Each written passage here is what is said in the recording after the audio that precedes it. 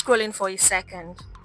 If you sometimes say sentences like, yesterday I to the market went, or she very likes coffee, then you're not alone. Millions of English learners struggle with sentence structure. But here is the good news. English sentences actually follow one very simple formula. And once you understand it, forming sentences becomes much easier. Hello, welcome back to my channel. If you just joined, this is Learn English with Gifty. So in today's lesson, I'll show you how English sentences are built step by step.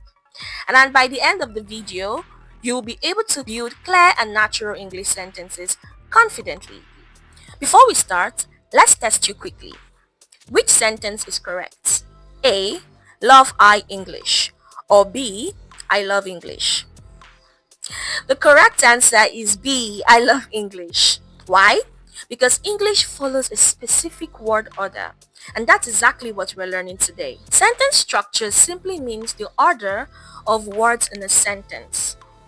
Now, in some languages, word order can change and a sentence still makes sense. But in English, it's different. So, in English, the word order is very important. If you change the order too much, the sentence can sound strange or incorrect. For example, I love English is correct, but love I English sounds wrong. Even though the words are the same, but they are different. Okay? So the key is understanding the correct structure. Here is the most important rule in this lesson. Most English sentences follow this pattern. The subject plus verb plus object, that's SVO. Now, think of it as a formula for building sentences. Once you understand this formula, you can create thousands of sentences easily. Now, let's break it down. The subject is the person or thing performing the action. So in simple terms, the subject tells us who or what the sentence is about. For example, I drink coffee. Now the subject is I. Another example, she studies English. The subject is she. Now the subject is always the doer of the action. The verb is the action word in the sentence. It tells us what the subject is doing. For example, she reads books. The verb is reads. Another example, they watch movies. The verb is watch. Without a verb, a sentence cannot show action. So this is why verbs are very important. Okay? Now, the object is the thing that receives the action. Let's look at an example. I drink water. I is the subject. Drink is the verb. And water is the object. Now, the action is happening to the object. Let's analyze a real sentence. She reads books. Now, she is the subject. Reads is the verb. Books is the object. So again, we see the same pattern. Subject plus verb plus object.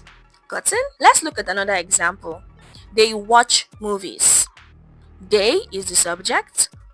Watch is the verb. And movies is the object. So the same pattern, subject, verb, object, SVO. Okay? Look at other examples. I eat rice. I, subject, eats, verb, and rice, objects. We study English. The same thing, subject, verb, object. He drives a car. She drinks coffee.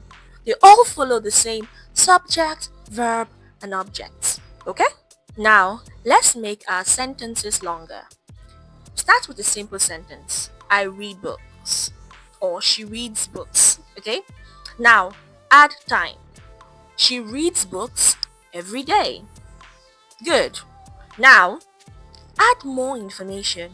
You can say she reads books in the library. Notice something important. The basic structure stays the same. We just simply add extra information at the end. Gotten? Adjectives are words that describe nouns. For example, I bought a new car. Now the word new describes the car. Another example is she eats delicious food. The word delicious describes the food. Adjectives help make the sentences more descriptive and interesting. We can also add information about time or place. For example, I study English every night. She works in a hospital. They play football after school. Now, these extra details help listeners understand the situation better. So if you say every night, that's time. Hospital, place. After school, time. Okay? Now for questions, it's a slightly different structure. Okay? So now the statement is, you like coffee? The question will be, do you like coffee? So the structure is do plus subject plus verb. So in questions, you add do, or if you're talking in past, you add did. Okay? Now, many learners make mistakes with sentence order.